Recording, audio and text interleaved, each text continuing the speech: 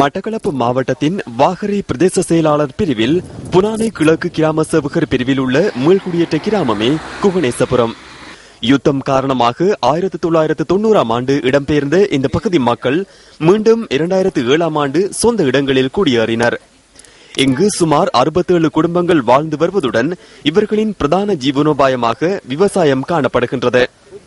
மின்சார வசதி வழங்கப்படாத இந்த கிராமத்தில் காட்டு யானைகளின் அட்டகாசத்தினால் தாம் மிகுந்த சிரமத்தை எதிர்நோக்குவதாக பிரதேச மக்கள் தெரிவிக்கின்றனர். இந்த யானை தொல்லை பெரிய ஒரு தொல்லையா இருக்கு. தொடர்ந்து யானை 7 மணிக்கெல்லாம் யானை வருது. எங்களோட பயிர்கள் ஒன்றும் இதெல்லாம் எல்லாத்தையும் சாப்பிடுது. யானை திரத்தினாலும் போவதில்லை. அதனால எங்களுக்கு பயமான அச்சம். கரண்ட் வசதி இல்லை. ரோட்டுகள் எல்லாம் காடு ஒழுங்கி போயிருக்கு. இதனால நாங்க இப்ப தொடர்ந்து கண்முழிக்கிற வேலையா தான் இருக்கு.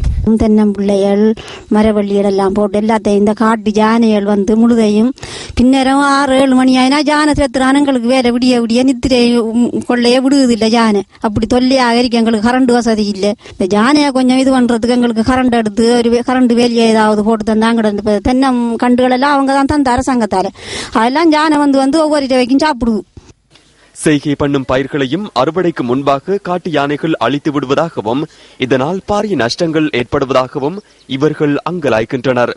ஒவ்வொரு வருஷமும் இதே மாதிரி எங்களுக்கு அழிவுதான். எப்பயும் வெள்ளாமையிலும் அழிவுதான், தென்னம்பிள்ளை வச்சாலும் அழிவுதான், எல்லா பயிரும் அழிவுதான். எங்களுக்கு ஆணைக்கு இதுக்குரிய கரண்ட் வசதியும் எங்களுக்கு எடுத்து தர்றதுக்கு உதவி செய்யறது. நகரங்களை நோக்கி அபிவிருத்திகளை முன்னெடுக்கும் அதிகாரிகள் இவ்வாறான பின்தங்கிய கிராமங்கள் தொடர்பில் கவனம் செலுத்தாமை கவலைக்குரியது. காட்டு யானைகளால் வாழ்வாதாரம் இழந்து உயிர் அச்சுறுத்தலை எதிர்நோக்கியுள்ள இந்த மக்கள் தொடர்பில் அதிகாரிகள் கவனம் செலுத்துவது எப்போது?